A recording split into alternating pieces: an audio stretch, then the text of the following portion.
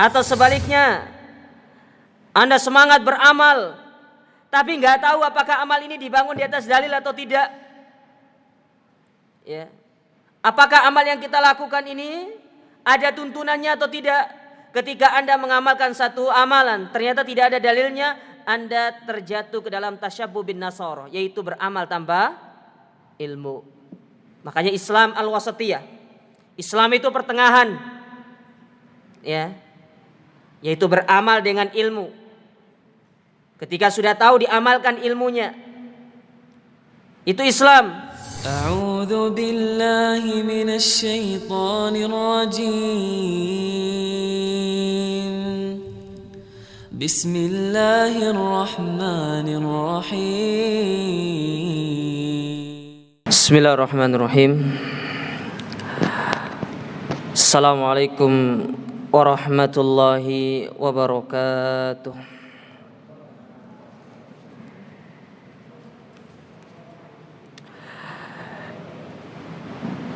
Innal hamdalillah nahmaduhu wa nasta'inuhu wa nastaghfiruh wa na'udzu billahi min syururi anfusina wa min sayyiati a'malina. Man yahdihillahu fala mudhillalah wa may yudlil fala hadiyalah. Asyhadu an la ilaha illallah wahdahu la syarikalah wa asyhadu anna Muhammadan abduhu wa rasuluh. Ya ayyuhalladzina amanu taqullaha haqqa tuqatih wa la tamutunna illa wa antum muslimun. Ya ayyuhan nasu taqu rabbakumul ladzi khalaqakum min nafsin wahidah wa khalaqa minha zawjaha wa batha minhuma rijalan katsiran wa nisaa'a wattaqullaha alladzi tasaaluna bihi wal arham innallaha kana 'alaikum raqiba. Ya ayyuhalladzina amanu taqullaha wa qulu qawlan sadida yuslih lakum a'malakum wa yaghfir lakum dhunubakum wa man yuti'illaha wa rasulahu faqad faza fawzan 'azima. Amma ba'du, fa inna asdaqal hadithi kitabullah wa khairal hadi hadiyun nabi sallallahu alaihi wasallam wa syarral umuri muhdatsatuha fa inna kulla muhdatsatin bid'ah wa kulla bid'atin dhalalah wa kulla dhalalatin finnar. Ma'asyiral muslimin wal muslimat, para hadirin dan hadirat, para jamaah yang dirahmati dan dimuliakan oleh Allah Subhanahu wa taala. Mengawali pertemuan kita pada malam hari yang berbahagia ini, marilah kita senantiasa bersyukur kepada Allah Subhanahu wa taala atas segala nikmat, anugerah yang Allah Subhanahu wa taala senantiasa limpahkan kepada kita sampai saat ini. Nikmat iman, nikmat Islam, nikmat waktu luang, sehingga kita bisa hadir di tempat yang mulia ini, di salah satu rumah di antara rumah-rumah Allah, di salah satu taman di antara taman-taman surga yang ada di dunia. Dan kita berdoa kepada Allah Subhanahu wa taala, semoga Allah Subhanahu wa taala menjadikan kita termasuk ke dalam golongan orang-orang yang disebutkan oleh Nabi alaihi salatu wassalam di dalam sabda beliau, di mana Nabi SAW bersabda, majtama'a qaumun fi baitin min buyutillah yatluna kitaballah wa yatadarasuna bainahum illa nazalat alaihimus sakinah wa ghashiyatuhumur rahmah wa haffathumul malaika wa dzakarallahu fiman indah. Yaitu suatu kaum yang berkumpul di salah satu rumah di antara rumah-rumah Allah, di salah satu masjid di antara masjid-masjid Allah, yang mana perkumpulan mereka gunakan untuk mentadabburi Al-Quran, mentadabburi hadis-hadis Nabi SAW, mengambil pelajaran di dalamnya dan kemudian diterapkan di dalam kehidupannya sehari-hari. Maka Allah akan menjanjikan kepada dia 4 hal. Yang pertama, Allah turunkan ketenangan kepada mereka. Kemudian Allah berikan mereka rahmatnya. Malaikat akan datang menaungi mereka. Dan yang paling penting adalah nama-nama orang yang hadir di majelis ilmu tersebut akan disebutkan oleh Allah Subhanahu wa taala satu persatu di hadapan para malaikat yang ada di sisinya. Jadi nama-nama kita ya insya Allah akan disebutkan oleh Allah Ta'ala. Maka semakin sering antum hadir di majelis ilmu, semakin sering nama antum disebutkan oleh Allah Subhanahu wa Ta'ala. Maka berbahagialah orang-orang yang senantiasa, yang banyak namanya disebutkan oleh Allah Subhanahu wa Ta'ala. Para jamaah yang dirahmati dan dimuliakan oleh Allah, pada kesempatan yang berbahagia ini kita akan melanjutkan kembali pelajaran kita, yaitu masih kita membaca kitab atau tulisan dari Fadilatul Syekh Abdul Razak Ibn Abdul Muhsin Al-Abbad Al-Badar yang berjudul Asyru Qawaid fil Istiqomah, 10 kaidah di dalam menjalankan istiqomah, yang mana sekarang kita masuk ke kaidah yang terakhir atau akhir dari kitab ini. Dan dengan izin Allah Subhanahu wa taala kita memohon kepada Allah semoga malam ini kita bisa menyelesaikan kitab yang mulia ini. Tapi kita langsung saja membaca apa yang dituliskan oleh beliau di dalam kitabnya. Qala hafizahullah, beliau mengatakan al-qaidatul asyirah, kaidah yang ke-10, kaidah yang terakhir. Ya. Sebelumnya kita sudah belajar 9 kaidah dan harus dimurojaah. Jangan sampai tidak dimurojaah. Penting untuk memurojaah itu supaya ilmu tetap menetap di dalam hati kita.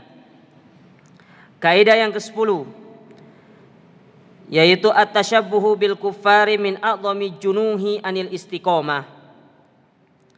Tasyabbuh yaitu menyerupai orang kafir, itu merupakan salah satu sebab yang dapat memalingkan seorang dari istiqomah. Jadi tasyabbuh bil kufar dapat menjadikan seorang itu berpaling dari jalan yang lurus, berpaling dari namanya as-sirat al-mustaqim. Itu tasyabbuh. Ya. Namun apakah tasyabbuh yang dimaksud di sini adalah tasyabbuh yang selama ini kita fahami, yaitu menyerupai orang kafir dari sisi luar fisiknya saja? Kita akan baca apa yang ditulis oleh Fadilatul Syekh di sini. Taib. Beliau mengatakan, "Wa tasyabbuhu bihim raji'un ila nau'aini minal fasad." Tasyabbuh menyerupai orang kafir itu kembali kepada 2 jenis kerusakan. Jadi kembali kepada 2 jenis kerusakan. Imma fasadul ilmi au fasadul amal. Kerusakan yang pertama yaitu kerusakan yang menimpa ilmu seseorang. Ya. Apa maksudnya nanti akan kita bacakan lebih jauh lagi nanti. Jadi kerusakan yang pertama yaitu bisa menimpa ilmu seseorang. Sedangkan kerusakan yang kedua yaitu fasadul amal, yaitu kerusakan yang menimpa amal seseorang. Ya, jadi bertasyabbuh kepada orang kafir itu bisa jadi satu di antara 2 hal yang akan menimpa kita. Rusaknya amal kita ataupun rusaknya ilmu kita. Wa ta'ammal hadzal ma'na fi qoulihi ta'ala. Perhatikanlah firman Allah Subhanahu wa taala di dalam Al-Qur'an. Dalam surat Al-Fatihah ayat yang ke-6 sampai ke-7. Ayat yang sering kita baca. Bahkan minimal 17 kali sehari semalam. Di mana Allah Subhanahu wa taala berfirman, "Ihdinas siratal mustaqim." Ya Allah, tunjukkanlah kami jalan yang lurus. Ya, jalan yang lurus itu penafsiran dari kalangan para ulama sangat banyak. Ada yang mengatakan jalan yang lurus itu adalah Islam, ada yang mengatakan jalan yang lurus itu adalah iman, ada yang mengatakan jalan yang lurus itu adalah Al-Quran dan Sunnah, ada yang mengatakan Muhammad dan para sahabatnya. Ya, semua penafsiran ini adalah penafsiran yang benar, karena kembali kepada makna yang satu, yaitu jalan yang hak. Anda mau tafsirkan Islam juga benar, Anda mau tafsirkan iman juga benar, Anda mau tafsirkan Muhammad dan para sahabat juga benar. Ya, karena itu merupakan semuanya ada jalan yang hak. Siratal ladzina an'amta 'alaihim ghairil maghdubi 'alaihim waladdallin. Ya, bukan jalan-jalan orang-orang yang yaitu jalan-jalan orang yang kau berikan nikmat, yaitu orang Islam. Bukan jalan-jalan orang yang maghdub, yang engkau murkai, ataupun mereka-mereka yang engkau sesatkan.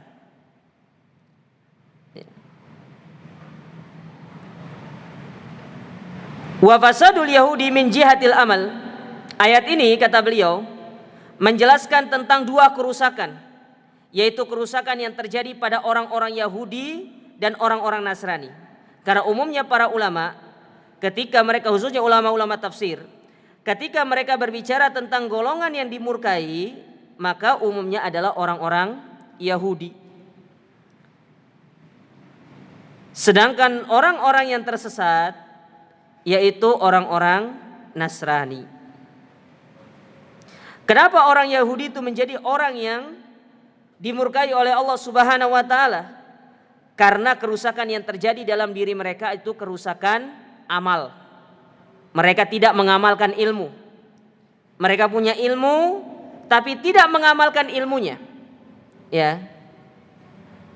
Wa fasadun nasara min jihatil ilmi. Sedangkan kerusakan yang menimpa orang-orang Nasrani adalah kerusakan yang terjadi dari sisi ilmu. Kalau tadi orang Yahudi punya ilmu tidak beramal, kalau orang Nasrani beda, beramal tanpa ilmu. Ya, jadi bertolak belakang keduanya. Fal yahudu alimu walam ya'malu. Orang Yahudi itu tahu ilmunya, tapi mereka tidak mengamalkan. Wan nasara amilu bila ilmin. Sedangkan orang Nasrani itu beramal tanpa ilmu. Jadi orang Yahudi dia tahu ilmunya. Apa ilmu yang dia tahu? Di antaranya apa yang Allah Subhanahu wa taala firmankan di dalam surat Al-Baqarah itu pada ayat 146. Kata Allah Subhanahu wa taala, alladzina atainahumul kitab ya'rifunahu kama ya'rifuna abna'ahum. Mereka-mereka yang diberikan Alkitab, yaitu orang-orang Yahudi dan Nasrani, yang mana di dalam Alkitab tersebut telah dikabarkan kepada mereka akan datang nabi terakhir, akan datang penutup para nabi, disebutkan sifat-sifat nabi tersebut. Bahkan di dalam surat As-Saff pada ayat yang ke-6 Allah Subhanahu wa taala berfirman, wa idz qala Isa, tatkala Isa berkata kepada Bani Israel, ya Bani Israel, inni rasulullahi ilaikum, sesungguhnya aku adalah utusan Allah kepada kalian, musaddiqan lima baina yadai minat taurati, sesungguhnya aku adalah pembenaran terhadap apa-apa yang Allah turunkan sebelumnya, yaitu Taurat. Nabi Isa membawa Injil untuk membenarkan akan adanya kedatangan Taurat, kabar-kabar yang ada di dalam Taurat. Ya. Lalu apa kata Nabi Isa? Mubasysyiran bi rasuli ya'ti min ba'dihi ismuhu Ahmad. Bahwasanya sekarang aku akan kabarkan kepada kalian akan datang seorang rasul yang bernama Ahmad. Akan datang seorang rasul kepada kalian bernama Ahmad kelak. Disebutkan ciri-cirinya. Bahkan Allah sebutkan tadi, ya'rifunahu kama ya'rifuna abna'ahum.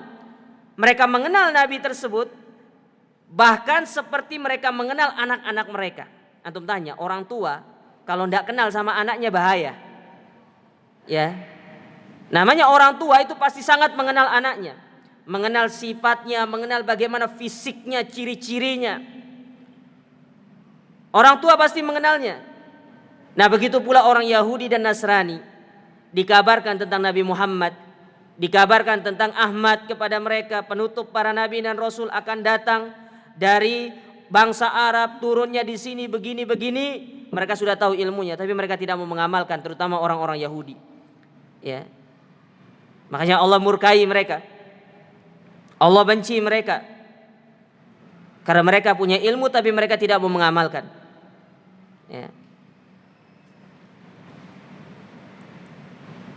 Oleh karenanya, ketika kita mengetahui akan satu ilmu, namun kita tidak mengamalkan ilmu tersebut, berarti kita telah bertasyabuh dengan orang Yahudi dari sisi itunya.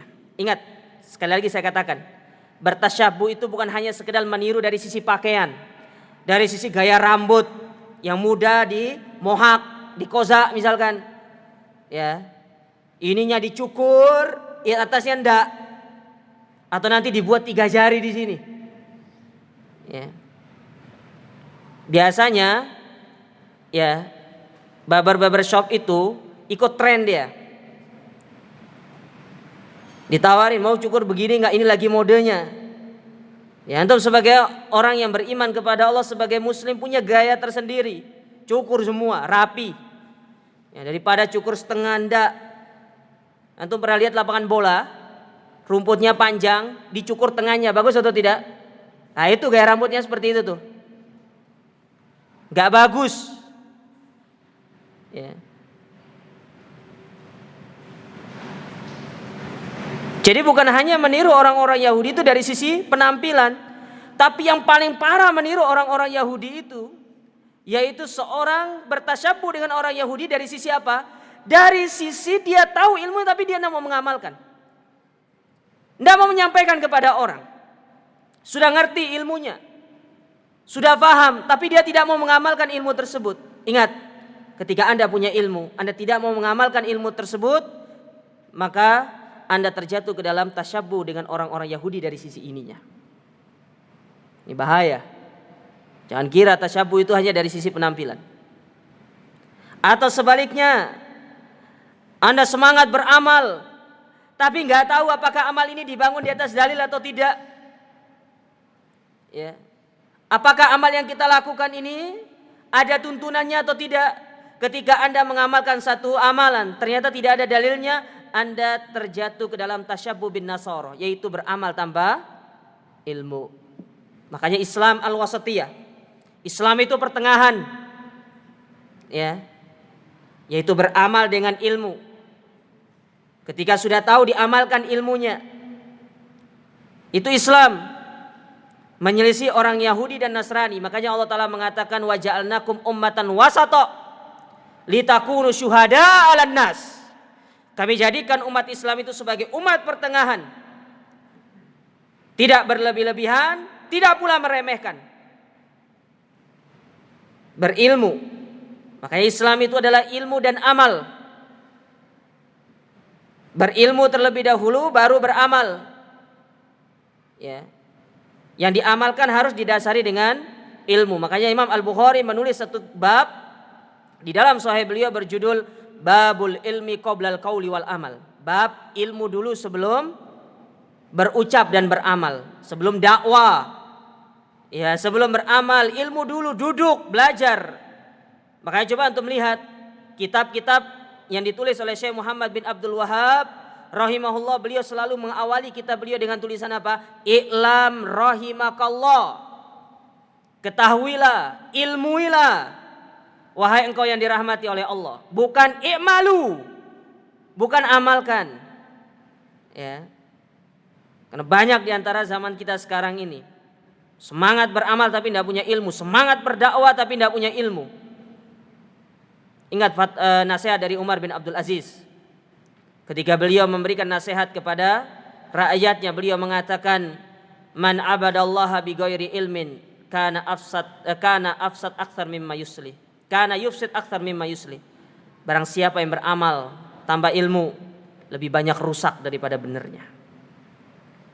Maka jauhkan diri antum dari tasyabuh dengan orang Yahudi dan Nasrani dari dua hal ini. Ketika punya ilmu, amalkan. Jangan disimpan. Jangan dibiarkan begitu saja. Ketika dapat satu amalan, jangan langsung diamalkan. Tanya terlebih dahulu, apakah amalan ini ada dalilnya atau tidak? Apakah amalan ini ada tuntunannya atau tidak? Apakah ini dicontohkan oleh Nabi SAW atau tidak? Itulah Islam, itulah salafiyah.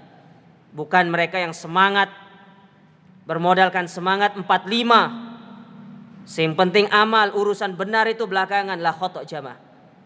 Ya, bukan seperti itu dakwah salafiyah itu. Fal fasadul ladzi yakunu fi hadzal bab, maka kerusakan yang terjadi dalam bab ini kata beliau, imma bi musyabahatil lil yahudi bi an yakuna indal insani ilmun la ya'malu bih. Bisa jadi kita itu menyerupai orang Yahudi, punya ilmu tapi tidak mengamalkan. Ya. Au bi musyabahatil lin nasara, atau bisa jadi kita seperti orang Nasrani, yaitu beramal tanpa ilmu. Beramal tanpa ilmu. Dan ini berbahaya. Seorang beramal tanpa ilmu. Waqad samma Syekhul Islam Ibnu Taimiyah, dan Syekhul Islam Ibnu Taimiyah beliau menamakan salah satu kitab beliau yang berjudul Iqtida'us Siratil Mustaqim Mukhalafata Ashabil Jahim. Ikutilah jalan yang lurus untuk menyelisihi mereka-mereka yang menyimpang. Wa asyara fihi rahimahullah ila ba'di umuri ahlil kitab allati ubtuliyat biha bi hadhil ummah. Yang mana di dalam kitab tersebut beliau membawakan beberapa perkara-perkara yang mana perkara-perkara ini itu terdapat di dalam umat Islam, yang umumnya dilakukan oleh orang-orang ahlul kitab, namun terdapat pula di dalam tubuh kaum muslimin. Nanti akan kita sebutkan. Saya akan nukilkan nanti dari kitab beliau, ya, yang berjudul Iqtida' Siratul Mustaqim. Ya, bukunya tebal, ada 2 jilid. Ada cetakan yang 2 jilid, ada cetakan yang 1 jilid. Kalau 1 jilid cetakannya itu 1000 halaman. Ya, antum pernah baca tidak? Antum pernah lihat kitabnya enggak? Enggak pernah. Ya. Enggak pernah lihat. Pernah dengar namanya? Enggak pernah juga. Tapi kalau ayat-ayat cinta pernah? Tahu? Wah, berat antum ini. Ya. Ya, Syekhul Islam punya kitab namanya Iqtida' As-Sirat Al-Mustaqim. Ada 2 jilid. Jadi kalau digabungkan 2 jilid itu jadinya 1000 halaman. Dan kitab itu disyarah oleh Syekh Muhammad bin Shalih Utsaimin. Ya. Kitab itu disyarah oleh Syekh Muhammad bin Shalih Utsaimin. Antum kalau mau beli, nggak tahu terjemahannya belum ada atau tidak. Tapi kalau antum mau beli di Al-Wadi ada biasanya. Ya, saya tidak promosi Al-Wadi ya, tapi memang kitab Arab ya belinya di Al-Wadi. Ya. Ada segini tebalnya. Nah, beliau menamakan kitab tersebut dengan Iqtida' Siratal Mustaqim, yang dimana di dalam kitab tersebut beliau menyebutkan tentang perkara-perkara yang itu ada di dalam tubuh kaum muslimin, menimpa kaum muslimin. Ya, maka beliau itu menyebutkan dalam rangka apa? Liyajtanibal muslimu al-hirafa an siratil mustaqim ila siratil maghdubi alaihim awid dhalin.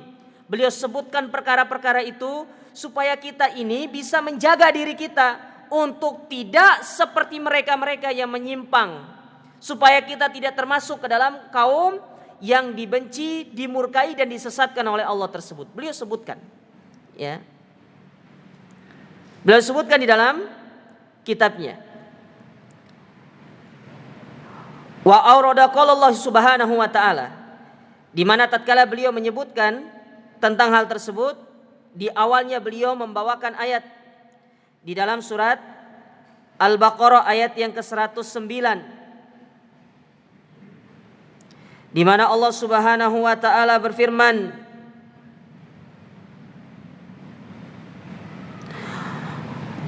wadda katsirun min ahlil kitabi law yaruddunakum min ba'di imanikum kuffaran hasadan min indi anfusihim min ba'di ma tabayyana lahumul haqq fa'fu wasfahu hatta ya'ti Allahu bi amri innallaha ala kulli syai'in qadir. Kata Allah Subhanahu wa taala, banyak di antara ahlul kitab yang mereka mengira sekiranya mereka dapat mengembalikan kamu setelah kamu beriman menjadi kafir kembali karena rasa dengki, iri mereka terhadap orang-orang Islam setelah jelas bagi mereka kebenaran. Ya. Di dalam ayat ini Allah sebutkan bagaimana ahlul kitab mereka itu tidak senang kepada kaum muslimin, Makanya Allah Ta'ala mengatakan walan tardo angkal yahud wan nasara hatta tattabi'a millatahum. Orang Yahudi dan Nasrani itu tidak akan pernah ridho terhadap kaum muslimin. Mereka akan terus berupaya bagaimana kaum muslimin itu mengikuti jalan-jalan mereka. Makanya segala hal mereka gunakan, ya, dari cara berpakaian, fashionnya, ya, kemudian gaya hidupnya. Mereka gunakan semua itu, ya. Mereka gunakan semua itu supaya menyesatkan kaum muslimin, mengarahkan kaum muslimin kepada kebinasaan. Makanya kita tidak sadar banyak di antara kaum muslimin yang sedikit demi sedikit mengikuti jalan mereka. Dari bergaya berpakaiannya tadi, ya. Dari gaya hidupnya, style kehidupannya, bahkan dalam hal-hal yang kalian tidak sadari, mereka menyusupkan akidah-akidah mereka dalam game-game yang kita mainkan. Itu ada atau tidak? Ada. Makanya para ulama mengeluarkan fatwa kemarin tentang haramnya satu game. Ya, bukan hanya satu itu tok. Tinggalkan semua. Sibukkan diri dengan hal-hal yang bermanfaat.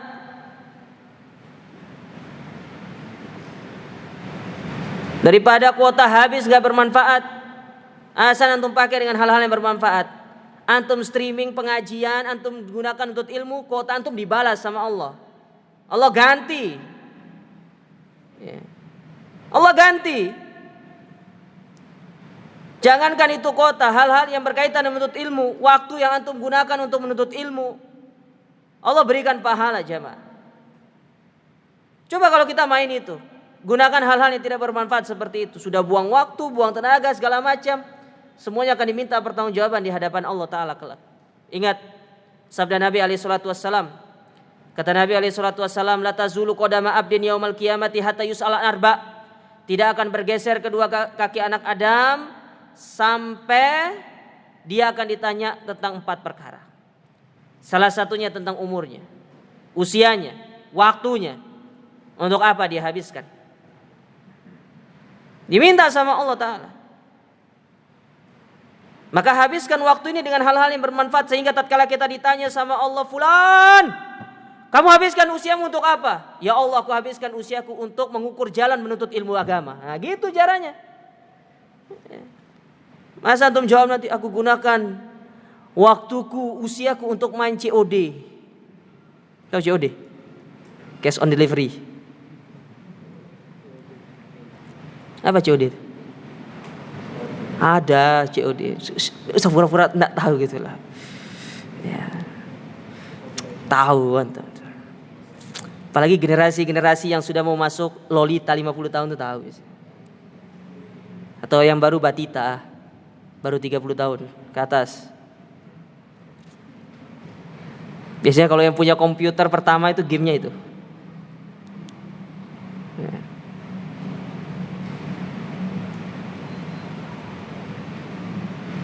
Masa habisnya untuk itu? Wala faedah. Ya. Gak ada manfaatnya jemaah. Maka Nabi SAW mengatakan min husnil islamil mar'i tarkuhu ma la yani. Di antara baiknya Islam seseorang itu adalah meninggalkan hal yang tidak bermanfaat. Antum tahu? Sering antum dengar pengertian zuhud, betul tidak? Zuhud itu bukan hanya dalam urusan duniawi berupa makanan, pakaian. Antum jangan salah mengartikan zuhud seperti orang sufi. Jangan salah. Daging gak mau makan. Ini orang bahlul namanya, daging gak mau makan. Ya, uzat ana zuhud, gak makan daging. Ya. Berarti apa? Herbivora antum. Ya.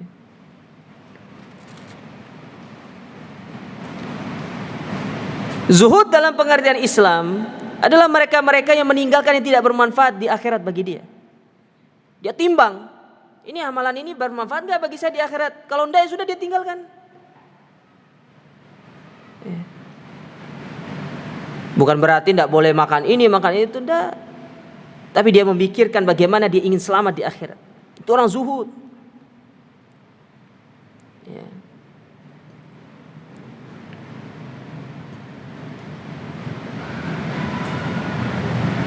Maka pikirkan jamaah yang bermanfaat.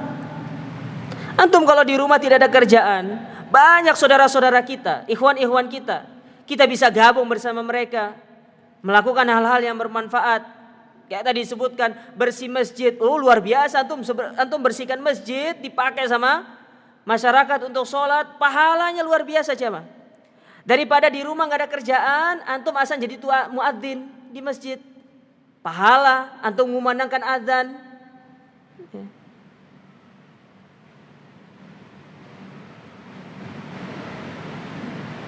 Upayakan lakukan hal-hal yang bermanfaat.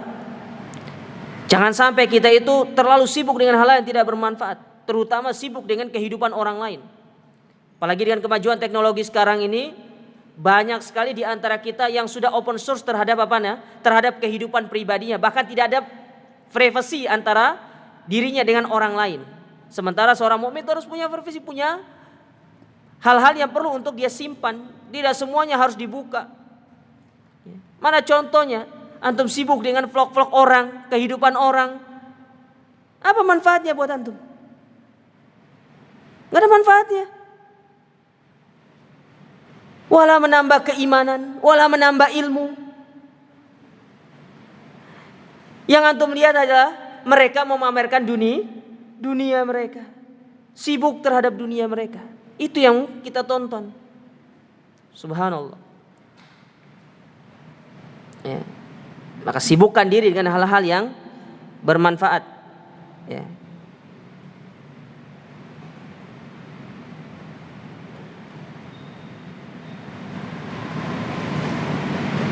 Jadi Syekhul Islam ingin menjelaskan kepada kita dalam pembahasan kitab beliau ini bahwasanya ada di antara penyakit-penyakit yang menimpa orang-orang ahlul kitab itu ada dalam tubuh kaum muslimin. Taib. Lalu beliau melanjutkan. Fadhammal yahudu ala mahasadul mu'minina alal huda wal ilm. Yang mana di dalam ayat dalam surat Al-Baqarah ayat yang ke-109 tadi, ya. Orang-orang Yahudi itu mereka hasad kepada orang beriman atas hidayah, atas petunjuk dan ilmu yang Allah berikan kepada mereka. Apa maksudnya? Yaitu atas diturunkannya Nabi terakhir itu di kalangan orang Arab, bukan di kalangan bangsa Bani Israel. Makanya mereka tidak senang. Ya, mereka tidak senang. Wa qad yubtala ba'dul muntasibina ilal ilmi wa ghairihim binau'in minal hasad. Dan hal ini itu menimpa sebagian besar para penuntut ilmu. Yang mana para penuntut ilmu itu banyak ditimpa dengan hasad kepada yang lainnya. Ya. Gimana contohnya? Liman hadahullahu bi ilmin nafin aw amalin soleh. Yang mana mereka itu tidak senang kalau ada orang lain dapat ilmu bermanfaat ataupun petunjuk dari Allah, atau melihat saudaranya itu banyak amalnya, tidak senang dia. Ini salah. Ya. Kok tidak senang kalau orang dapat hidayah itu loh? Kok tidak senang kalau temannya itu beramal? Kok tidak senang kalau temannya itu ikut ngaji? Padahal pahala untuk bisa mengajak orang untuk ikut ngaji, ikut kajian itu besar. Ya.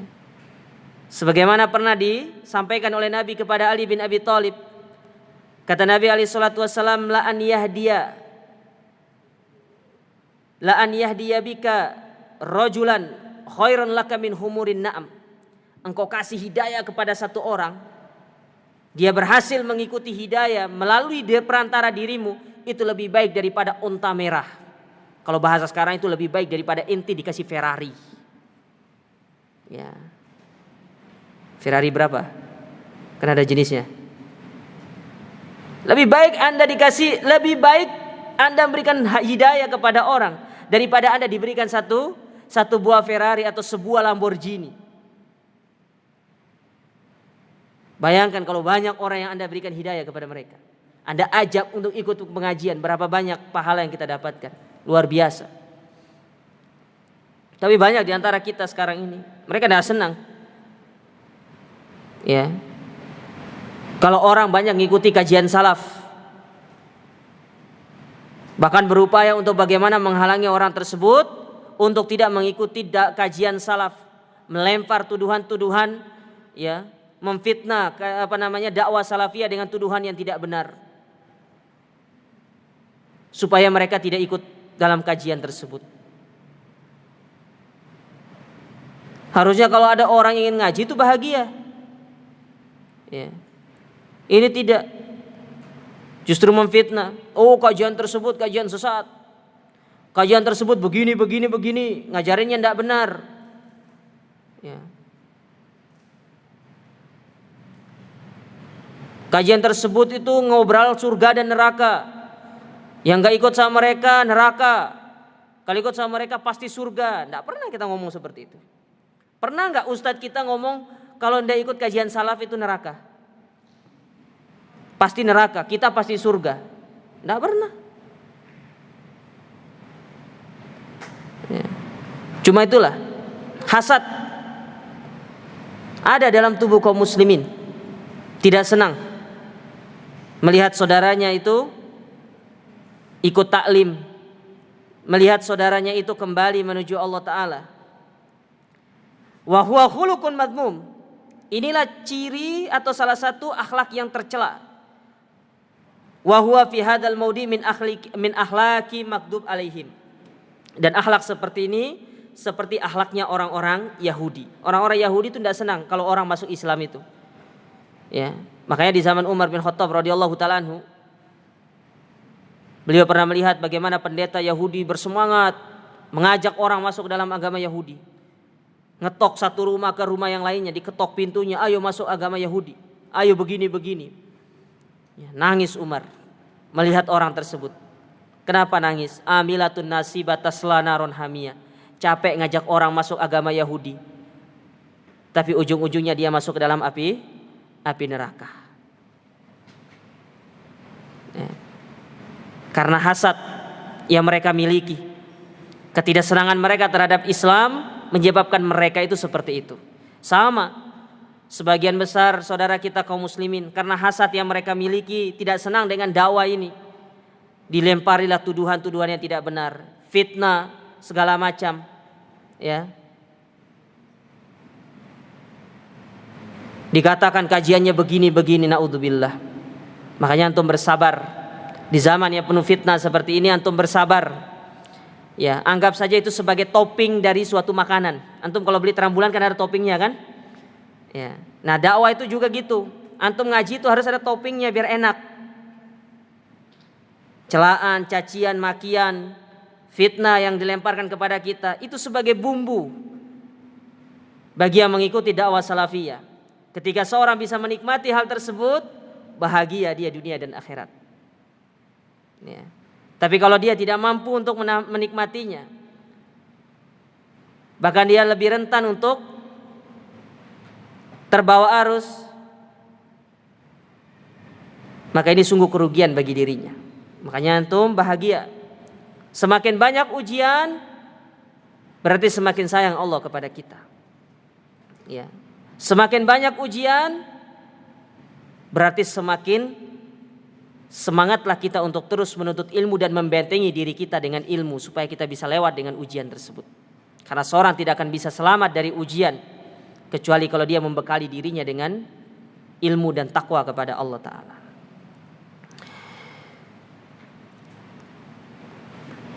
Lalu kata Syekh, wa akhadha yadhkuru rahimahullah, dan juga beliau menyebutkan amsilatan adidatan minal umuril lati hiya min a'malil yahudi awi a'malin nasara. Beliau juga menyebutkan perkara-perkara yang itu terdapat di dalam tubuh orang-orang Nasrani dan Yahudi. Di dalam kitab beliau akan kita sebutkan nanti setelah ini. Dan itu ada di dalam tubuh kaum muslimin. Wa qad yatashabbahu bihim fiha ba'dul muslimin. Yang mana sebagian besar kaum muslimin mereka itu bertasyabbuh dengan orang-orang Yahudi dalam perkara-perkara tersebut. Wa qad qala Nabi SAW, karena Nabi SAW pernah mengatakan, la tatba'unna sanana man kana qablakum shibron wa dhira'an bidhira'in hatta law dakhalu juhra dabbin tabi'tumuhum. Yang mana kalian akan mengikuti kebiasaan orang-orang Yahudi dan Nasrani, selangkah demi selangkah, sahasta demi sahasta, sampai mereka masuk ke dalam lubang biawak, lubang dob, kalian akan mengikutinya karena saking kalian bertasyabbuh dengan mereka. Taib. Di antara amalan-amalan para jamaah sekalian, atau di antara perkara-perkara yang itu merupakan ciri khas orang-orang Yahudi dan ada di dalam tubuh kaum muslimin. Yang pertama adalah hasad. Ini ada dalam diri kita. Kata Imam Ibnu Taimiyah dalam kitab beliau yang lainnya, beliau mengatakan la yakhlul jasad minal hasad. Tidak ada jiwa yang kosong dari hasad itu. Tapi bedanya kalau orang yang mukmin dia simpan hasadnya karena dia tahu itu perbuatan yang buruk. Tapi kalau orang fajir, kata beliau, ya, orang fajir dia tampakkan hasadnya karena dia tidak punya benteng untuk menahan dirinya untuk tidak hasad. Kita ini punya hasad jamaah. Dan bagaimana cara kita untuk bisa meredam hasad tersebut? Kita harus cari cara. Maka salah satu cara untuk kita menghilangkan hasad, untuk meredam hasad itu adalah dengan senantiasa menghiasi diri dengan ilmu. Hiasi diri dengan ilmu supaya kita bisa meredam hasad. Karena dengan ilmu itu kita akan tahu dampak buruk dari perbuatan hasad. Sebagaimana Nabi SAW pernah mengatakan, iyyakum wal hasad, hati-hati kalian dengan hasad. Fa innal hasada yakulul hasanat, karena hasad itu dapat membakar atau dapat memakan amal-amal kebaikan yang kita lakukan. Kama ta'kulun naru al-hatab, sebagaimana kayu bakar, sebagaimana api melahap kayu bakar. Ya. Buang sifat hasad itu. Itu sifatnya orang-orang ahlul kitab. Sifatnya orang-orang Yahudi. Ketika Anda memiliki sifat hasad kepada saudara Anda, berarti Anda sedang bertasyabbuh dengan orang-orang Yahudi, terutama dalam sifat hasad tersebut. Ya. Maka tidak boleh kita hasad. Makanya Nabi SAW mengatakan, ya, Allah Ta'ala berfirman dalam ayat yang lain, wala tahasadu, dan janganlah kalian saling hasad menghasad. Tidak bagus. Dikit-dikit hasad, dikit-dikit hasad. Tidak boleh jemaah. Ya. Buang sifat hasad tersebut. Karena itu merupakan sifat yang sangat jelek. Ya, sifat yang sangat jelek, sifat yang tercela. Seorang mukmin tidak boleh dia memiliki sifat hasad. Kemudian yang kedua, di antara sifat ahlul kitab yang ada dalam tubuh kaum muslimin, yaitu kitmanul ilmi, menyembunyikan ilmu. Hal ini menimpa biasanya para dai. Harusnya dia menyampaikan kebenaran, tapi dia simpan kebenaran tersebut. Apa tujuannya? Supaya jamaahnya tidak lari. Betul tidak?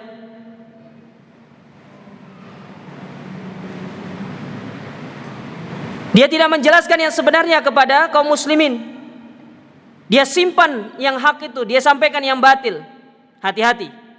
Kata Nabi SAW mengancam orang-orang yang menyembunyikan ilmu. Ya.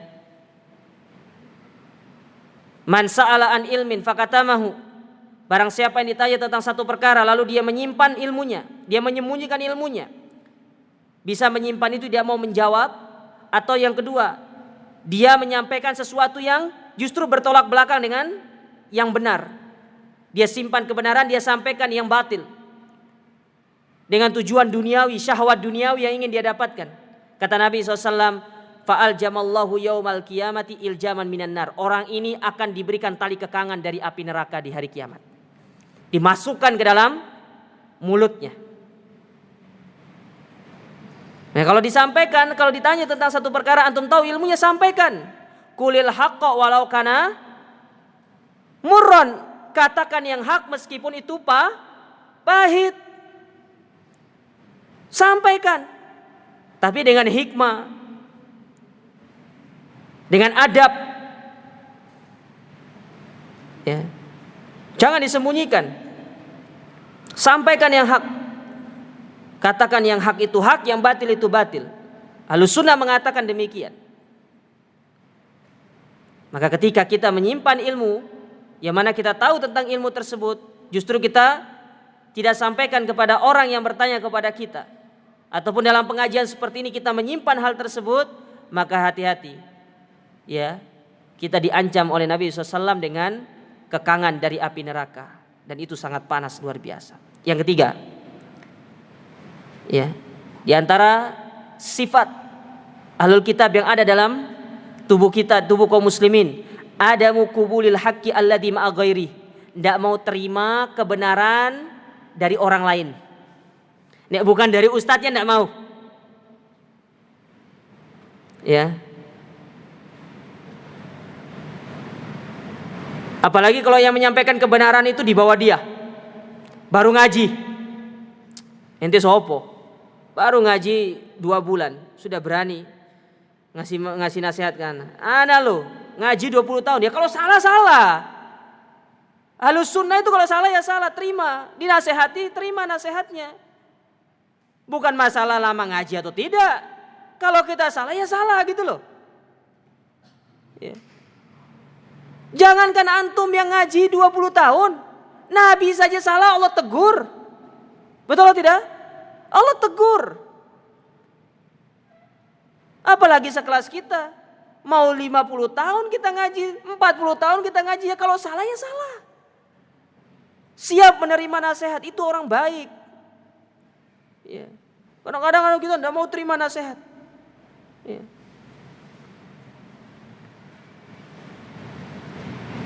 Ahlus sunnah menerima nasihat.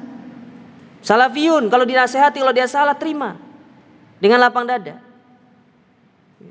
Bukan enggan, sombong, tidak mau terima nasihat. Ya. Ini perhatikan, ada dalam diri kita para jamaah sekalian. Banyak di dalam tubuh kaum muslimin seperti ini.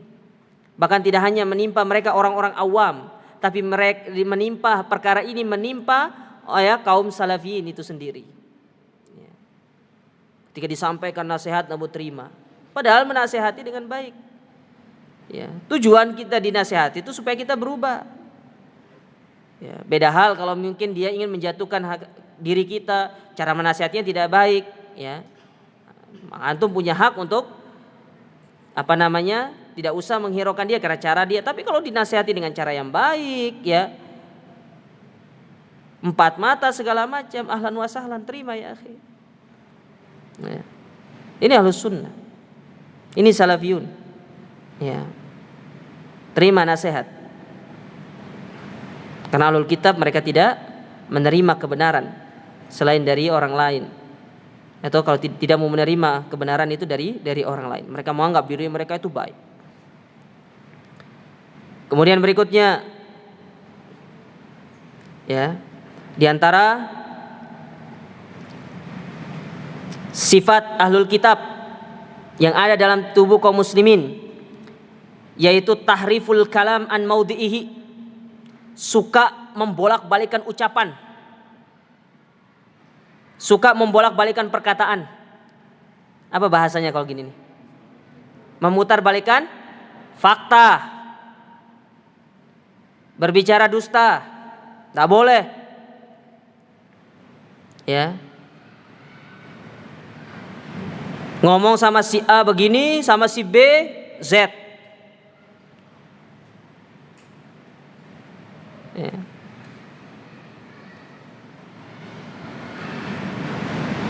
Tidak boleh seperti ini. Ya. Katakan apa adanya, jangan memutar-balikan fakta. Ya. Meskipun engkau ditanya tentang musuhmu, sampaikan. Kalau memang dia kenyataannya begini, bisa sampaikan. Lihat Abu Sufyan. Abu Sufyan ketika ditanya sama Heraklius, padahal bisa saja Abu Sufyan pada waktu itu dusta, menyampaikan yang tidak hak, tapi apa adanya disampaikan oleh Abu Sufyan. Itulah akhlak, itulah perangai. Dia kalau ditanya sampaikan apa adanya, jangan memutarbalikkan fakta. Karena tatkala Anda memutarbalikkan fakta, itu yang menyebabkan terjadinya an-namimah, yaitu mengadu domba. Dan tatkala orang lain terkena namimah, terpengaruh dengan ucapan yang kita sampaikan kepada mereka, lalu mereka bermusuh-musuhan, maka Allah dan Rasulnya mengancam kita dengan azab. Antum lihat dalam hadis Bukhari Muslim, ketika Nabi melewati satu kuburan, salah satu sebab penghuni kubur itu disiksa gara-gara apa? Yamshi bin namimah, kemana-mana itu membawa omongan. Ya. Ngomong ke A begini, ngomong ke B begini. Ya, tidak benar seperti itu. Ya, salafiyun tidak boleh seperti itu. Hilangkan dalam diri kita. Kemudian berikutnya, yaitu al-ghulu fid din, berlebih-lebihan dalam agama. Nah, ini juga banyak berlebih-lebihan di dalam beragama. Ya, tidak boleh. Agama itu apa adanya, sesuai dengan dalil. Tidak boleh ditambah, tidak boleh dikurangi. Maka tatkala turun firman Allah Ta'ala, al-yauma akmaltu lakum, itu sudah menjadi apa? Patokan titik. Tidak boleh agama ini ditambah, dikurangi. Lakukan sesuai dengan apa yang telah dituntunkan oleh Nabi SAW kepada kita. Cukup jalankan, copy paste, tidak perlu kita tambah-tambah. Kadang-kadang kita ini berlebih-lebihan di dalam beragama, ya, melakukan amalan-amalan yang tidak pernah dicontohkan sama Nabi. Amalan dicontohkan sama Nabi saja banyak yang tidak melakukannya. Zikir, banyak di antara kita yang melakukan zikir-zikir yang tidak diajarkan Nabi. Yang diajarkan Nabi saja masih banyak yang ditinggalkan. Bahkan lebih laris zikir yang tidak diajarkan sama Nabi daripada yang diajarkan sama Nabi. Ini contoh berlebih-lebihan dalam beragama, tidak boleh. Terlalu gulu dalam beramal, ya, tidak boleh jamaah. Kata Nabi SAW, iyyakum wal gulu fid din, hati-hati kalian terhadap gulu dalam beragama. Fa inna ahlaka man kana qablakum al gulu fid din. Ya, karena yang menyebabkan orang-orang terdahulu itu binasa karena mereka berlebih-lebihan dalam beragama. Termasuk dalam hal ini berlebih-lebihan kepada orang soleh, para ustadz, kiai. Gak boleh berlebih-lebihan seperti itu. Makanya Nabi jauh-jauh hari mengingatkan kepada kita, la tutruni kama atratin nasara Isa bin Maryam. Jangan kalian itu berlebih-lebihan terhadap aku dalam memuji aku. Ya, jangan berlebih-lebihan. Biasa saja. Karena tatkala kalian berlebih-lebihan memuji aku, kalian akan terjatuh ke dalam perbuatan seperti orang-orang Nasrani yang menjadikan Isa sebagai Tuhan. Anda hormati ustadz, hormati karena ilmunya. Karena mereka orang berilmu, karena mereka orang yang mempelajari tentang apa yang mengajarkan kita. Tidak usah terlalu berlebihan, saking berlebih-lebihannya nanti apa? Ya, gulu jatuh ke dalam gulu kepada mereka. Akhirnya apa? Perkataan mereka seolah-olah lebih mulia dari perkataan Nabi dan perkataan Allah dan Nabinya. Kalau perkataan Nabi enak ditinggalkan, kalau perkataan kiai tidak boleh. Kenapa? Kualat. Banyak yang seperti itu. Lebih gampang meninggalkan firman Allah dan hadis Nabi daripada perkataan kiai dan ustadznya. Kenapa? Karena gulu itu tadi. Kita ini manusia biasa. Ada salah, ada benarnya. Ya. Kita bukan orang yang maksum, bukan orang yang terbebas dari kesalahan. Hati-hati dengan gulu. Gulu dalam beramal juga banyak. Saya sering lihat teman-teman saking semangatnya dalam beramal, yang seharusnya berdiri ketika sholat itu selebar pundak, ini seperti kuda-kuda ketika orang mau pencaksilat. Ya. Lalu ketika takbir, luar biasa itu. Kayak orang lagi mau ngangkat beban itu. Ada atau tidak? Ada. Apalagi pas sholat berjamaah. Mungkin sekarang karena tidak rapat safnya. Ya.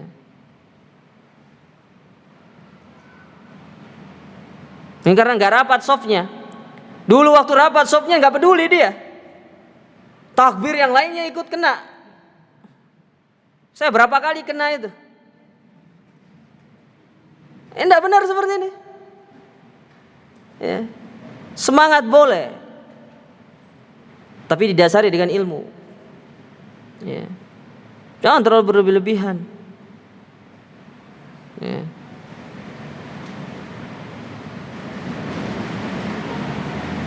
Makanya kata Abdullah bin Mas'ud radhiyallahu ta'ala, al-iqtisad fi sunnah khairu min ijtihad fil bid'ah.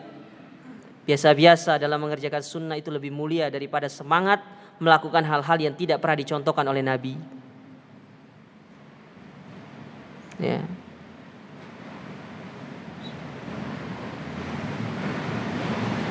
Hati-hati perkara gulu, tinggalkan karena ini sangat berbahaya. Kemudian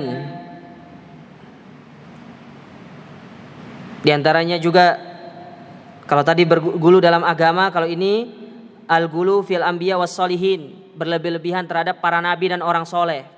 Itu hampir sama, meletakkan makomnya para orang-orang soleh itu bukan pada tempatnya, ya, sampai mendewakan, menuhankan nanti. Ya, yang lebih parah kalau sudah meninggal dianggap wali, dimintai pergi doa ke kuburannya. Para sahabat tidak pergi doa ke kuburan Nabi, jamaah. Pergi tawaf, pergi tikaf, baca Quran, pulangnya bawa air zam-zam. Zam-zam tekondi go.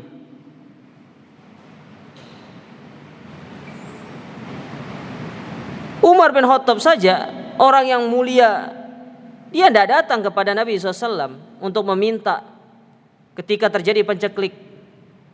Kita mau ujian nasional istighosah jamaah, betul tidak?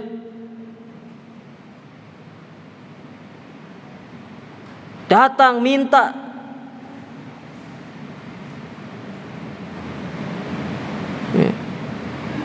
Yang lebih parah, ya, mintanya kepada apa? Kepada hewan. Minta keberkahan kepada kebo.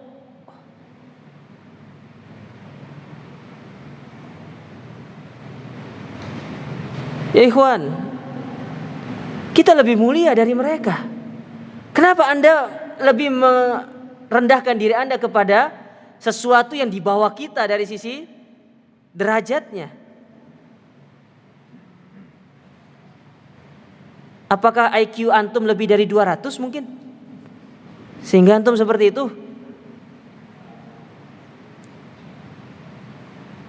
Wallahi jamaah, hati-hati seperti ini. Ya. Ini berbahaya. Kemudian contoh sifat yang lain. Di antaranya binaul masajid alal kuburil anbiya was solihin, membangun masjid di atas kuburan. Nah, ini makanya Nabi SAW mengingatkan kepada kita, jangan membangun masjid di atas kuburan, karena itu merupakan sifat atau perbuatan orang-orang ahlul kitab, membangun tempat ibadah di atas kuburan para orang-orang soleh. Jauhkan diri kita. Ustaz, cuma saya kasih pembatas, tidak boleh. Intinya yang namanya membangun itu tidak boleh. Yang namanya campuran semen sama pasir sama air itu tidak boleh. Ada keramik itu tidak boleh itu. Ustaz, saya batasi aja. Beda hal kalau tembok, jamaah ya. Tembok untuk pembatas wilayah itu beda ya. Sama Anda membatasi wilayah di dalam kuburan, area kuburan itu beda. Ya. Misalkan yang ada tanah kita batasi sebagai area kuburan. Itu beda dengan Anda di dalam situ ada kuburannya, lalu Anda bangun, Anda bentuk modif, dia kasih AC misalkan. Antum pernah lihat kuburan ada AC-nya? Pernah tidak? Belum? Wah, rugi antum. Antum udah pernah lihat kuburan ada TV-nya? Kalah antum sama ana. Di sini enggak tahu ana, di sini enggak ada kayaknya. Siapa yang pernah ke Sukoharjo, Solo?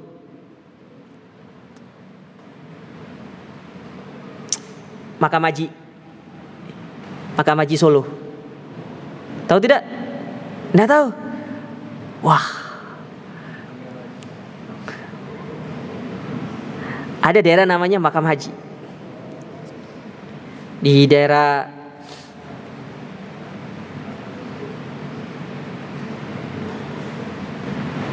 dia sih keluar Solo sih itu ya, hitungannya itu. UMS itu loh.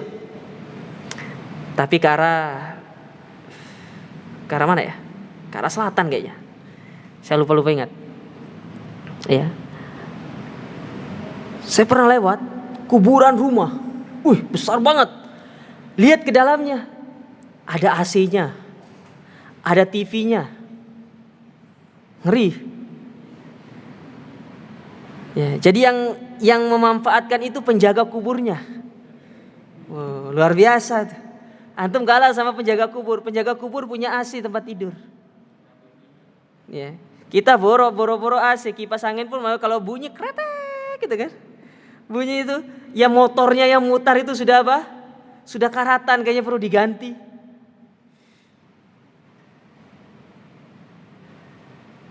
Antum hiasi segala macam. Ya.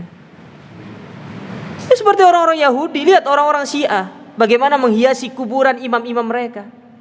Sujud di situ, minta ke situ. Ya. La yasma'u du'akum, mereka tidak akan mendengar doa kalian. Tidak akan mampu menjawab permintaan kalian. Ya. Wong yang masih hidup saja kadang-kadang kalau kita minta tolong belum tentu bisa bantu, betul atau tidak? Apalagi ini orang sudah mati.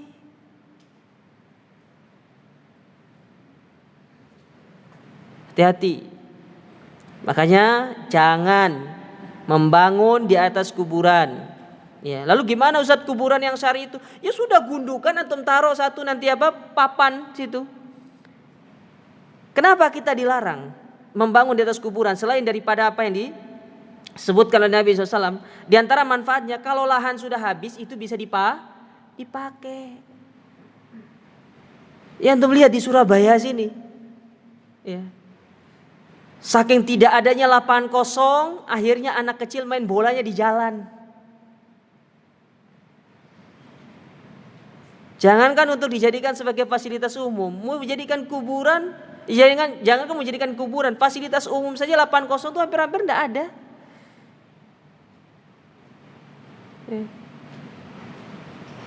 Nah ini diantara hikmahnya, ya maka jangan membangun di atas kuburan, ya.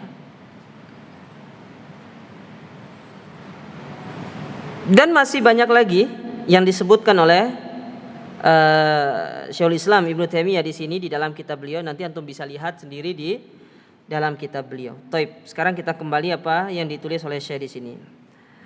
Lalu beliau mengatakan, khatimatun, penutup. Akhtimu bi kalimatin jamilatin matinatin li Syekhul Islam Ibnu Taimiyah. Aku tutup buku ini dengan ucapan yang indah dari Syekhul Islam Ibnu Taimiyah di mana beliau mengatakan, diriwayatkan oleh Imam Ibnu Qayyim, Sami'tu Syekhul Islami Ibnu Taimiyah rahimahullahu yaqul, aku pernah mendengar Ibnu Taimiyah berkata, a'dhamul karamati luzumul istiqomah. Semulia-mulianya karomah itu adalah senantiasa kita istiqomah. Jadi kalau antum tahu, karomah yang mulia itu adalah kita istiqomah, itu karomah. Bukan karomah itu antum bisa nanti masukin gelas ini ke dalam sini, bukan itu karomah itu. Karomah itu ketika Anda bisa istiqomah di atas jalan yang lurus, itulah karomah. Ya, itu karomah. Ya. Wa qala Syekhul Islam fi kitabih, dan juga Syekhul Islam Ibnu Taimiyah mengatakan dalam kitab beliau yang lainnya yang berjudul Al-Furqan baina Auliya'ir Rahman wa Auliya'is Syaiton, perbedaan antara wali-wali Allah dan wali-wali syaitan. Wa innama ghayatul karamati luzumul istiqomah. Sesungguhnya puncak dari karomah itu adalah seorang senantiasa istiqomah di dalam kehidupannya, dalam amal ibadahnya. Itu puncak dari karomah. Wa hadza yaqulu Ibnul Qayyim naqalan an ba'di ahli ilmi. Ya, dan yang demikian pula dinukil oleh Al-Imam Ibnul Qayyim, ya, dari sebagian ahlul ilmi, di mana mereka mengatakan kun sahibal istiqomah la talibal karomah. Jadilah engkau, ya, pemilik keistiqomahan, janganlah engkau pencari karomah, karena karomah itu akan didapatkan dengan cara kita istiqomah. Fa inna nafsaka mutaharrikatun fi talabil karomah, ya, karena sesungguhnya jiwa itulah yang akan bergerak untuk mencari karomah itu. Ya, wa rabbuka yutalibuka bil istiqomah, dan Rabbmu itulah yang akan menuntunmu untuk bisa berada di atas keistiqomahan tersebut. Bimakna annal abda yang bagi alaihi an yakuna dawaman wa abadan mujahidan li nafsihi fi antal tazima atau antal zama siratullahil mustaqima, di mana seorang hamba dia harus senantiasa seyogyanya dia berusaha berjihad, ya, melawan jiwanya untuk dia bisa terus istiqomah di atas jalan Allah yang lurus. wa an tuhafidha ala taatihi tabaraka wa ta'ala, dan senantiasa dia menjaga dirinya untuk dia bisa senantiasa taat kepada Allah, wa an yujahida nafsahu ala dzalika, dan benar-benar dia bersungguh-sungguh untuk dia mengerahkan jiwanya supaya dia bisa terus berada di atas keistiqomahan tersebut, liyanala a'dhamal fauzi wa akbaril ghanimah, supaya dia bisa mendapatkan kemenangan yang sangat luar biasa ini. Allah Subhanahu wa taala berfirman, innalladzina qalu rabbunallah, sesungguhnya orang-orang yang mengatakan Rabb kami adalah Allah, tsumastaqamu, lalu kemudian dia istiqomah dengan ucapannya tersebut, dia istiqomah di atas tauhid tersebut, tatanazzalu alaihimul malaika, maka malaikat akan turun berdatangan kepada mereka untuk mengatakan kepada mereka, alla takhafu wa la tahzanu, jangan sedih, jangan takut, ya, jangan sedih, jangan takut. Wa absyiru bil jannati allati kuntum tu'adun, sesungguhnya kami memberikan kabar gembira kepadamu berupa surga yang Allah janjikan kepada kalian. Nahnu auliyaukum fil hayatid dunya wa fil akhirah, sesungguhnya kami, kata Allah Ta'ala, sebagai penolong kalian. Jadi tidak usah khawatir, Anda yang berada di atas dakwah yang hak ini tidak usah khawatir, Allah yang nolong kita jamaah. Tidak perlu khawatir, Allah penolong kita, Allah yang menuntun kita, Allah yang akan mengarahkan kita. Cukup kita berjalan di atas keistiqomahan, tidak usah khawatir dengan gangguan-gangguan. Allah yang akan menyingkirkan gangguan-gangguan tersebut selama kita itu berjalan menuju Allah Subhanahu wa taala. Ya, walakum fiha ma tashtahi anfusuhum walakum fiha ma tad'un nuzulam min ghafurur rahim. Yang mana Allah akan memberikan kalian tempat yang luar biasa. Ya, yang mana Allah itu adalah Maha Pengampun lagi Maha Penyayang. Kemudian Allah mengatakan innalladzina qalu rabbunallah tsumastaqamu, ya, sesungguhnya orang-orang yang mengatakan Tuhan kami adalah Allah, kemudian mereka beristiqomah, fala khaufun alaihim wala hum yahzanun, mereka tidak sedih, mereka tidak pula takut, ulaika ashabul jannah, mereka itulah yang istiqomah itu adalah penghuni-penghuni surga. Bagaimana sifat mereka? Khalidina fiha, mereka kekal di dalamnya, kekal selama-lamanya, tidak akan pernah keluar. Ya, khalidina fiha jazaa'an bima kanu ya'malun, sebagai balasan dari Allah Ta'ala kepada mereka. Lihat, Allah memberikan balasan yang terbaik bagi kita yang terus berusaha istiqomah di atas jalan yang lurus sampai kita meninggal dunia. Ya, as'alullahal karim rabbal arsyil azim bi asma'ihil husna wa sifatihil ulia, dan aku memohon kepada Allah pemilik arsy yang mulia dengan nama-namanya yang indah dan sifat-sifatnya yang mulia, ya, an yaktubalana jami'an ats-tsabata wal hidayata ila siratihil mustaqim, supaya Allah meneguhkan kita di atas jalan yang lurus ini, wa an yu'idzana min sabilil maghdub alaihim wasabilad dhalin, dan Allah menjaga kita, melindungi kita dari jalan orang-orang yang dimurkai dan jalan-jalan orang-orang yang disesatkan oleh Allah, wa an yuslihalana sya'nana kullah, dan semoga Allah memperbaiki segala urusan kita, wa an yuslihalana dunyana alladhi hiya ismatu amrina, dan Allah memperbaiki urusan dunia kita yang mana di situ tempat kita yang melaksanakan segala perintah-perintahnya, wa an yuslihalana dunyana wa an yuslihalana dinana alladhi huwa ismatu amrina, memperbaiki segala urusan agama kita yang itu sebagai tameng kita, wa an yuslihalana dunyana allati fiha ma'ashuna, dan memperbaiki urusan dunia kita yang di mana itu tempat hidup kita, wa an yuslih lana akhiratana allati fiha ma'aduna, dan memperbaiki akhirat kita yang itu merupakan tempat kembali kita, wa an yaj'alal hayata ziyadatan lana fi kulli khair, dan semoga Allah menjadikan kehidupan kita ini, di dalam kehidupan kita ini, ya, kebaikan-kebaikan yang itu akan menambah kebaikan kita nanti di akhirat, wal mauta rahatan lana min kulli syarr, dan menjadikan kematian sebagai istirahat kita dari segala macam keburukan. Wa akhiru da'wana anilhamdulillahi rabbil alamin, dan akhir dari kitab ini aku mengatakan alhamdulillahi rabbil alamin, wa sallallahu wa tabaraka wa an'ama ala abdihi wa rasuli nabina Muhammadin wa ala alihi wa ashabi ajmain, dan semoga salawat serta salam senantiasa teriring kepada Nabi yang mulia sallallahu alaihi wasallam. Maka dengan demikian para jamaah sekalian, silsilah kita dari kitab ini, kitab 10 kaidah yang berkaitan dengan istiqomah yang ditulis oleh Fadilatul Syekh Profesor Dr. Abdul Razak Ibn Abdul Muhsin Al-Abbad Al-Badar hafizahullahu taala. Dan insyaallah pada pertemuan berikutnya kita akan belajar kitab yang baru yang berjudul Usulud Dakwah Salafiyah. Ya, saya ulangi, judul kitabnya Usulud Dakwah As-Salafiyah, yaitu dasar-dasar dakwah salafiyah, yang ditulis oleh Fadilatul Syekh Abdus Salam Ibn Barjas Alu Abdul Karim hafizahullahu taala. Ya, silakan antum cari kitabnya. Ya, kalau bisa ketemu alhamdulillah, kalau tidak ada download saja PDF-nya, itu ada di internet, ada banyak. Ya, insyaallah kita akan belajar kitab tersebut pada kesempatan berikutnya. Ya, kenapa kita pilih kitab itu nanti akan kita sampaikan ketika kita bertemu pada pengajian yang akan datang. Wallahu taala a'lam. Baik, sampai di sini kajian kita. Ada yang ingin bertanya, kami persilakan. Dari akhwat ada tidak?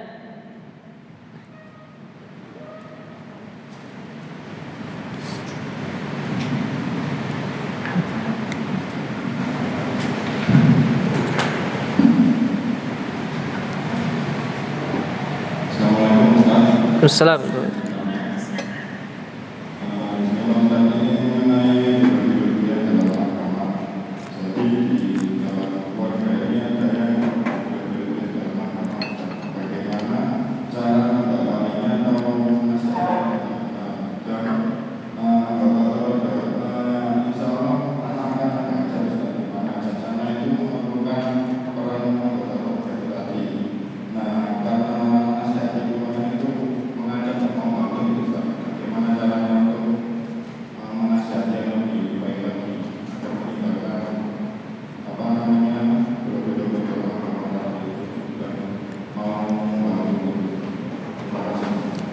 Ya, inti pertanyaannya, bagaimana cara menasihati anggota keluarga kita yang berlebih-lebihan di dalam beragama?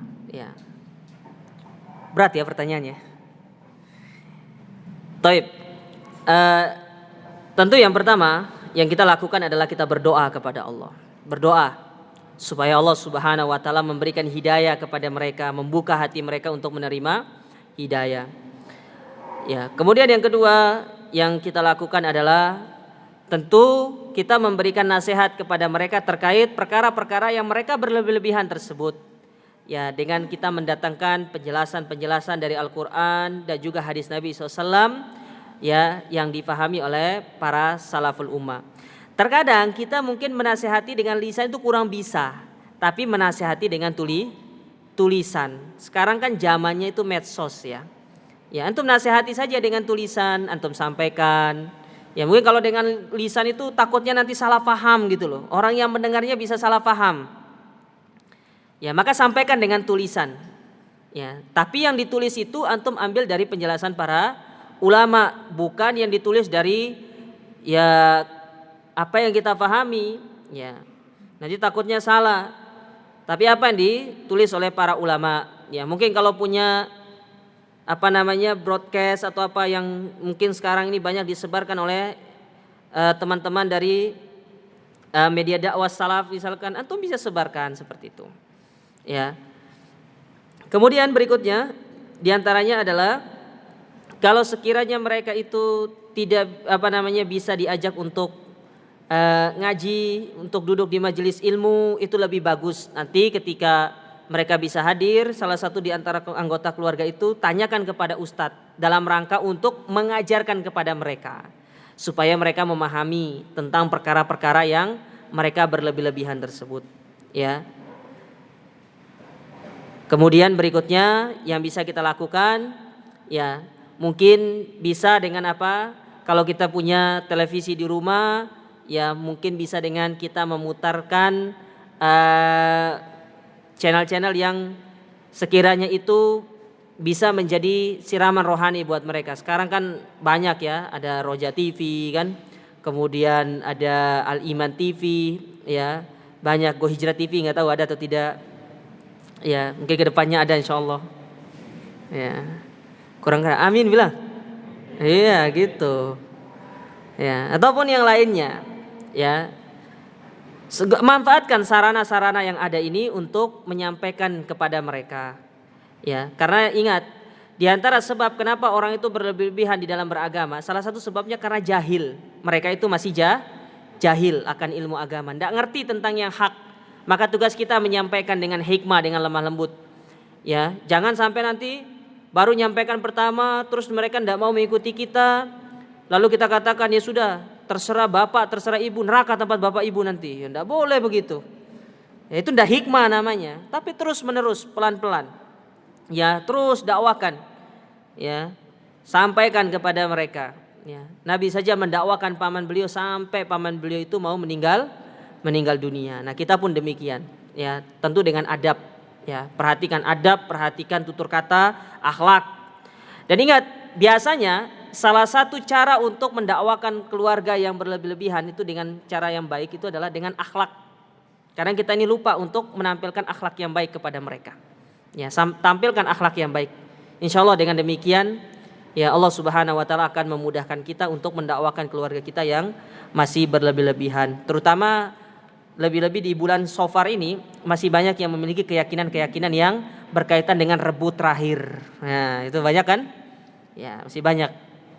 Ya, saya sering dapat pertanyaan itu. Ya, saya sering dapat pertanyaan itu. Simpelnya gampang. Ya, tidak ada yang namanya Shafar, tidak ada yang namanya kesialan di bulan Shafar. Semua bulan itu baik. Ya, antum mau nikah bulan apapun baik semua ya. Ustaz kok larinya ke nikah Ustaz? Karena banyak yang jomblo di sini. Wallahu taala a'lam. Ada yang lain? Waalaikumsalam warahmatullahi wabarakatuh.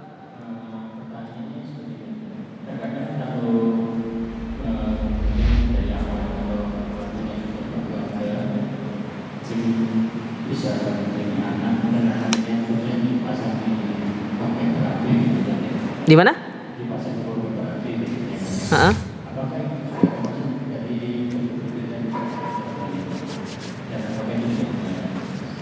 Foto tadi itu ya? Itu foto keluarga. Dipasang di wallpaper HP. Ya sebenarnya itu tidak ada masalah. Enggak, itu bukan berlebih-lebihan. Ya, namanya kita cinta. Yang dikatakan berlebih-lebihan itu kalau misalkan saking cintanya ya kepada salah satu anggota keluarga nih, misalkan anak, entah itu istri apa. Saking berlebih-lebihannya yang haram dikerjakan gitu kan demi yang kita cinta. Itu yang berlebih-lebihan, itu yang dilarang. Tapi kalau selama hal tersebut tidak menyimpang dengan syariat, maka tidak ada masalah. Ya, karena memang umumnya kita itu dijadikan untuk mencintai keluarga, baik itu istri maupun anak-anak kita. Saya tidak katakan istri-istri ya, tapi istri dan anak-anak kita. Ya. Ya, antum mau jadikan di wallpaper HP tidak ada masalah. Cuma saran, daripada antum menjadikan itu sebagai wallpaper HP antum, nanti kan takutnya pas antum buka nanti dilihat istri antum sama orang lain atau dilihat atau fotonya nanti terumbar kepada orang lain. Sebaiknya tidak usah, ya seperti itu. Sebaiknya tidak usah. Ya, tapi kalau berbahaya nanti, kalau misalkan antum gantung foto dengan niat ini pembawa berkah, ini syirik kalau ini. Ya, ini tidak boleh. Ya, kalau hanya sekedar karena memang kita cinta, jadi kalau kita buka nanti bisa terus lihat kangen gitu kan, ada mafis, itu tidak ada masalah. Ya, diperbolehkan. Ya, selama bisa menjaga tadi hal-hal yang tidak bertentangan dengan syariat. Taib. Ada yang lain? Ya, itu ada pertanyaan.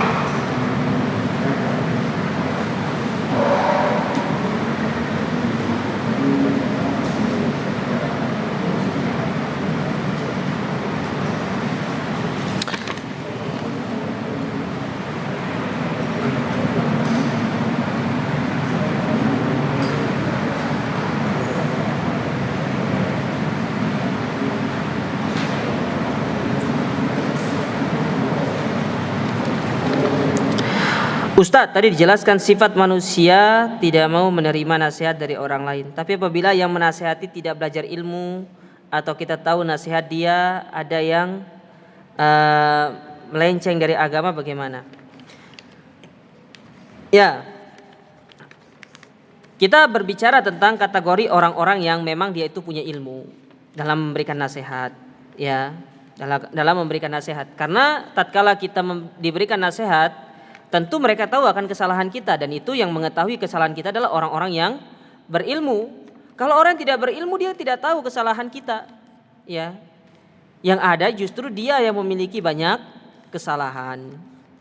Ya, jadi ini kaitannya kalau misalkan kita sudah sama-sama ngaji, sudah sama-sama belajar, ya dia melihat kesalahan kita, ya ternyata mungkin kita melakukan satu tindakan maksiat kepada Allah, dia pernah melihat kita seperti itu, diberikan nasihat. Namun ingat, di dalam kita memberikan nasihat, kedepankan yang namanya klarifikasi terlebih dahulu jamaah. Antum harus nanya dulu, afwan saya mau tanya, saya sekedar klarifikasi, apakah hari ini, hari kemarin tanggal sekian antum berada di sini? Kalau memang iya, apakah antum begini-gini? Kalau misalkan dia mengatakan, oh bukan saya, sudah selesai sampai di situ, nggak usah diperpanjang, nggak usah diperpanjang.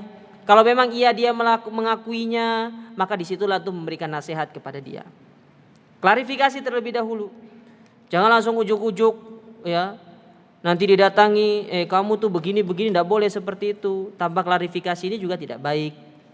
Ya, jadi ini kaitannya dengan kalau kita sama-sama berilmu. Ya, kalau orang yang jahil, tidak ngerti tentang kesalahan kita, bagaimana cara dia akan menimbang kesalahan kita? Dia tidak punya ilmu. Ya. Maka ini yang perlu untuk diperhatikan. Ya. Dan ingat, di dalam memberikan nasihat juga tidak harus memberikan nasihat itu ketika teman kita salah, tidak. Ya. Tidak harus. Mungkin kita ingin memberikan nasihat dalam bentuk motivasi supaya dia tetap semangat, itu diperbolehkan, tidak ada masalah.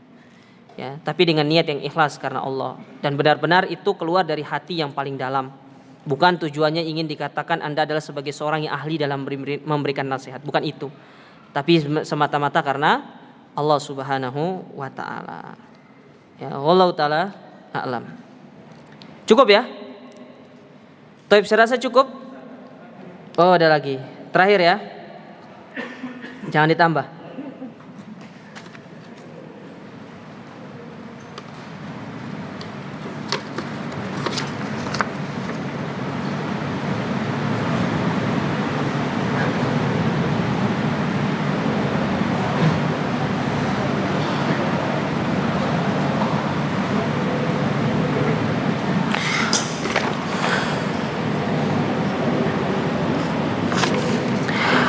Bagaimana hukumnya jika di depan masjid setelah tembok ada makamnya? Ya. Bagaimana hukumnya Ustadz? Yang penting makam itu tidak masuk area masjid. Ya. Yang penting makam itu tidak masuk area masjid. Sudah dipisahkan oleh tembok. Misalkan nih, ini tembok. Itu masjid, area masjid. Ini di sini ada makam, tapi ini sudah ada temboknya. Maka itu tidak ada masalah. Mau di samping, di depan, di kiri, kanan tidak ada masalah. Coba lihat kayak contoh misalkan Masjid Nabawi. Masjid Nabawi itu sampingnya apa makam Baqi. Ya. Itu tidak ada masalah. Yang penting jangan masjid itu bersatu, areanya satu dengan apa? Makam. Contoh misalkan kalau yang satu itu ya kayak ini kan masjid. Nah di samping situ di parkiran itu kan masih area masjid kan? Antum taruh makam di situ, ya enggak boleh. Tapi kalau itu ada temboknya kan, di luarnya enggak ada masalah. Itu tidak ada masalah. Bisa dipahami ya? Harus bedakan antara satu lokasi dengan lokasi yang berbeda karena dipisahkan oleh tembok. Ya. Pisahkan oleh tembok. Seperti masjid yang di sana itu sudah bukan dipisahkan tembok, memang satu tempat. Ya, sudah satu tempat. Maka tidak boleh. Ketika dia itu berada dalam satu lokasi, tidak boleh kita sholat di situ. Ya, hukum sholat di situ tuh terlarang. Ya, hukum sholat di situ adalah terlarang karena tidak boleh sholat di dalam atau menghadap atau di kuburan, tidak boleh. Ya, ingat sholat yang ada rukunya. Tapi kalau antum sholat jenazah boleh. Jangan seperti ada video yang beredar sholat jenazah pakai ruku, naudzubillah. Ya, ini bahaya. Ya, antum harus bisa bedakan ya. Ya, jangan sampai keliru. Ya, jangan sampai salah. Karena nanti kalau sudah salah, wah bahaya. Oh, Ustadz pernah bilang boleh kok. Ya, sholat di masjid yang makamnya itu di tembok. Iya, ternyata temboknya ikut tembok masjid, bukan temboknya sendiri. Nah, ini salah kalau ini. Ya. Pokoknya selama tidak masuk ke area masjid tidak ada masalah. Ya, tidak ada masalah. Tapi kalau dia ikut area masjid tidak boleh sholat di situ. Antum harus tinggalkan masjid itu. Wallahu taala alam. Taib, mungkin ini yang bisa kita sampaikan pada kesempatan yang berbahagia ini. Jazakumullah khairan atas perhatian antum semua. Ingat, insyaallah pertemuan berikutnya kita akan belajar kitab Usulu Ad-Da'wah As-Salafiyah. Ya, yang ditulis oleh Syekh Abdul Salam Barjas Alu Abdul Karim. Ya, kalau antum yang bisa bahasa Arab silakan cari PDF-nya. Ya. Saya rata-rata cari kitab aslinya itu belum sempat, hampir-hampir tidak ketemu kalau di Indonesia ini. Ya, memang itu susah untuk nyarinya. Ya, susah.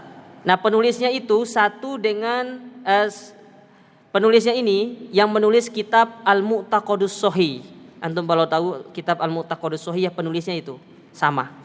Ya, jadi kitabnya bagus bagi kita yang khususnya zaman sekarang ini, kita yang baru ngaji lagi ini setelah puasa 5 bulan, banyak yang sudah mulai luntur, ya, banyak yang sudah mulai karatan, jadi harus dipoles lagi supaya dia menjadi kinclong, ya, biar manhajnya semakin kuat.